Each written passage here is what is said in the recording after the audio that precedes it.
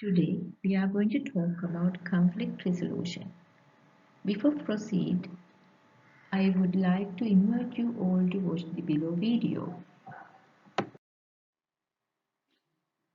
What is a conflict?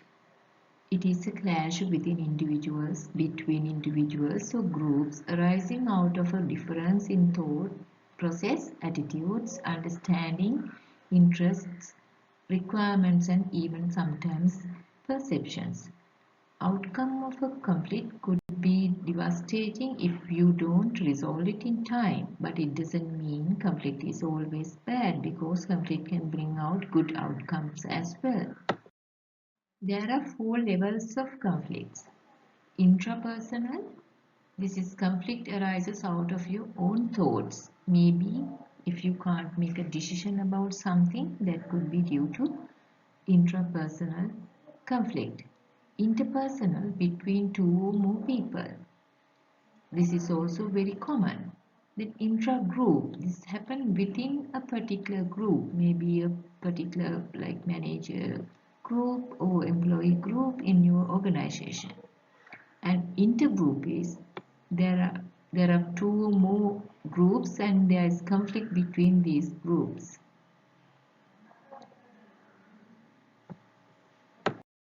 There are several common reasons for conflict at workplace. Different personalities or perspectives. As we know, every individual is very unique and they carry their own perspective. And unresolved problems from their past. Feeling of competition with one another within a company. Or poor communication. They don't communicate themselves well, or maybe lack of assertiveness. Also, uncertainty about roles or responsibilities in an organization also can lead to organizational conflict. We call this role ambiguity. No one knows what is expected from their role. So, there is a possibility of developing a conflict. Conflict can reduce the productivity, efficiency, and the harmony within an organization. Therefore, we need to resolve conflicts. By conflict resolving, we can build a strong relationship, we can maintain morale, we can achieve goals and increase in productivity in the organization, reduce the stress, provide insight to the people, and it can improve the employee retention as well. Different types of conflicts need different ways to manage them. Managing intrapersonal conflict is one level. If you take an example, you are supposed to put your signature on a controversial document. You may be having a dialogue or conflict within you. In such situations, you have to follow your values. You have to ask from yourself what I really value in my system or in my life. And you can check your company policy also because it is to see whether it is legal. And you can write the conflict down. It's always helpful to write them down on a piece of paper and have a look. And you need to be conscious about the time. You can't take ages or years to put this. So you have to be very careful about the timing as well. We have seen some people take a lot of time to make their own decision. And you can induce self-reflection with respect and empathy to overcome this problem. You have to be kind to yourself and you have to respect your own self. When it comes to managing interpersonal conflict, let's take an example. Two employees in your company are having a problem about a promotion, right? So there you can invite them to define the conflict, put the conflict into context, and you can show them the options or alternatives they have, or they themselves can come out with options and they need to agree on a solution.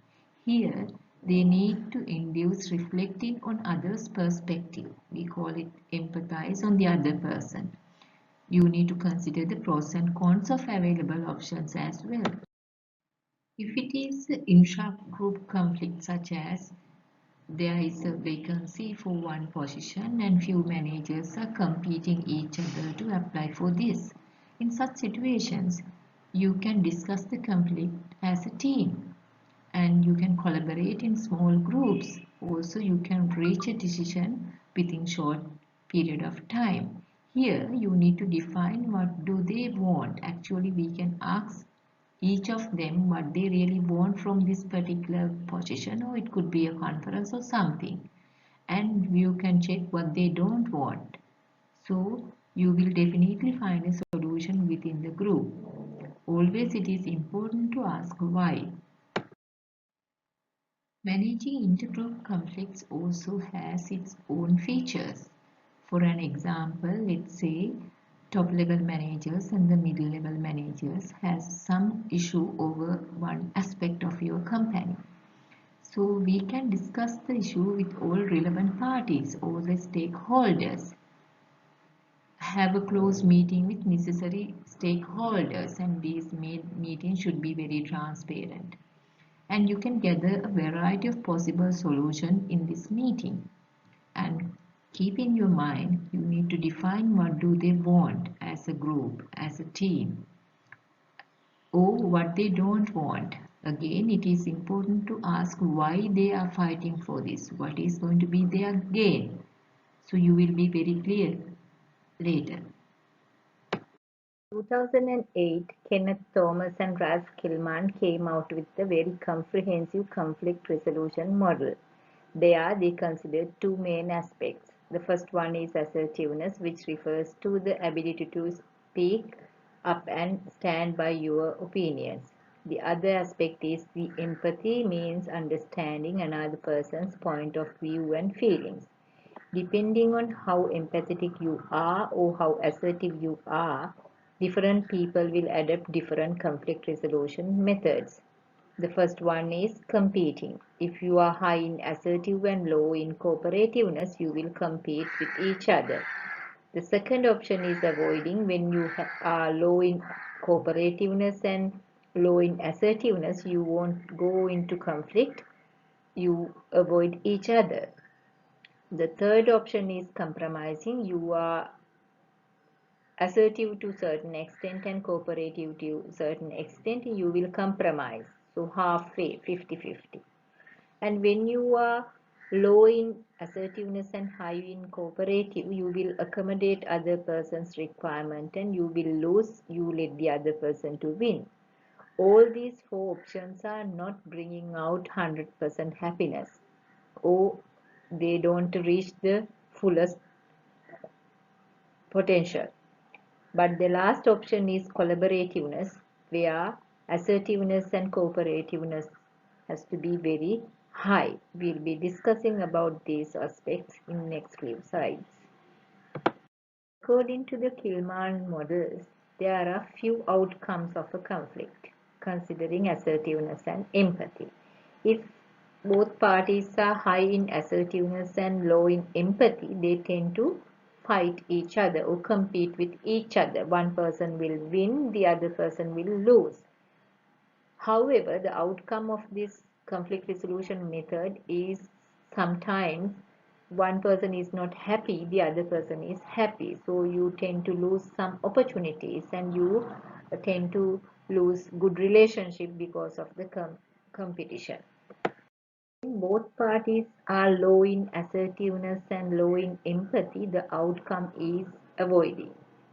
So you don't want to compete with the other person and nobody has authority over the other person. So you would avoid confrontation by ignoring or avoiding the conflict entirely. So we usually don't recommend this for any conflict resolution situations.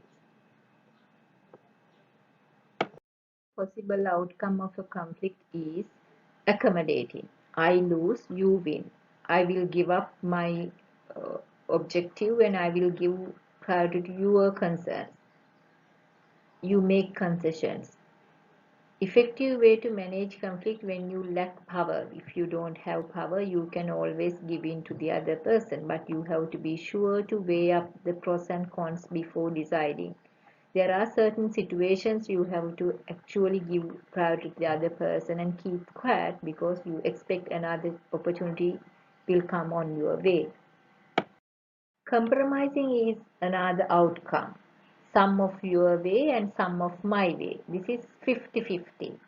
So you compromise half of your requirements or your demands. I compromise half of my demands, my requirements. So we come to the middle ground. This is one of the most commonest way of resolving problems in day-to-day life. But here we don't believe in win-win situation. You compromise, but we need to believe in win-win situation. We will move into that in the next slide. The last and the most effective way of resolving conflicts is collaboration. You win, I win. Your requirements and desires are also met. My requirements and my desires are also met. Both parties are very happy.